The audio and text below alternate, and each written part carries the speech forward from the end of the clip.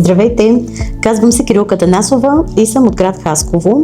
От дълги години се боря с килограмите, като борбата включваше различни режими, различни диети, различни лекарства, които ми бяха предписани от ендокринолог и нямах особен успех и резултат.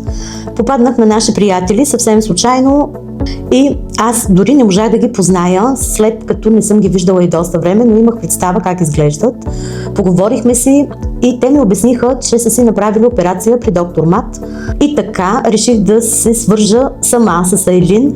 Айлин ми обясни всичко, каквото ме интересуваше, и в началото се бях разколебала, защото не знаех дали ще се справя с операцията, макар че винаги съм настроена оптимистично, винаги гледам позитивно на нещата и знам, че поставили се като цел нещо, винаги го постигам.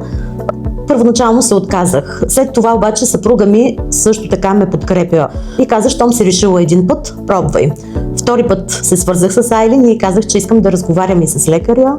Говорихме с нея, говорихме с доктор Мат на видеовръзка, обясни ми какви са рисковете, все пак, нали, това е операция. И се разбрахме да го посетя, да направим предварителни изследвания. Още когато влязах в кабинета на доктора, спокойствието, което той излъчва, просто е уникално. Тогава направихме срещата с доктор Мат в кабинета му, обясни ми пак какви са рисковете, какво може да се случи, макар че ми обясни, че нямат така трагичен инцидент, но все пак това е операция, така че човек трябва сам да вземе решение за това дали иска да бъде здрав. Аз избрах да бъда здрава заради мен, заради децата ми и имам нужда от промяна в живота си, за да бъда полезна на всички около мен.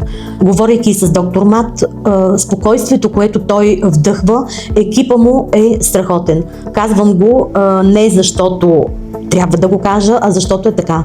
Попадайки тук, идваш на място, на което си напълно обгрижван. Медицинската сестра също е българка, също говори перфектно български. Другата медицинска сестра, операционната. Просто попадате в място, в което езиковата бариера не е бариера тук. Веднага ви питат, имате ли нужда от нещо, с какво да ви помогнат. Днеска съм първи ден след операцията. Още след 3 часа станах да се разходя. Отношението, което има екипа тук към пациентите нямам думи да изразя. Аз съм човек, който е претърпял още други 3 операции в България. Такова отношение, за съжаление, трябва да кажа, че в България няма. В момента съм с съпруга ми, който се чувства като на хотел, на all inclusive. Наистина, ако сте решили да поемете в нова посока от живота си и да се чувствате полезни, най-вече полезни на себе си, ви съветвам да изберете спокойствието. Спокойствието, грижата, това е нещо много важно. Абсолютно, аз нямам болка, по-скоро чувствам мускулна треска някаква такава, това е усещането, чувствам се добре. Днеска вече съм изяла и 3 лъжици супа, повече не мога. Пила съм вода, пила съм малко ериан и се чувствам страхотно. И честно казвам, се надявам утре да се ми изпишат.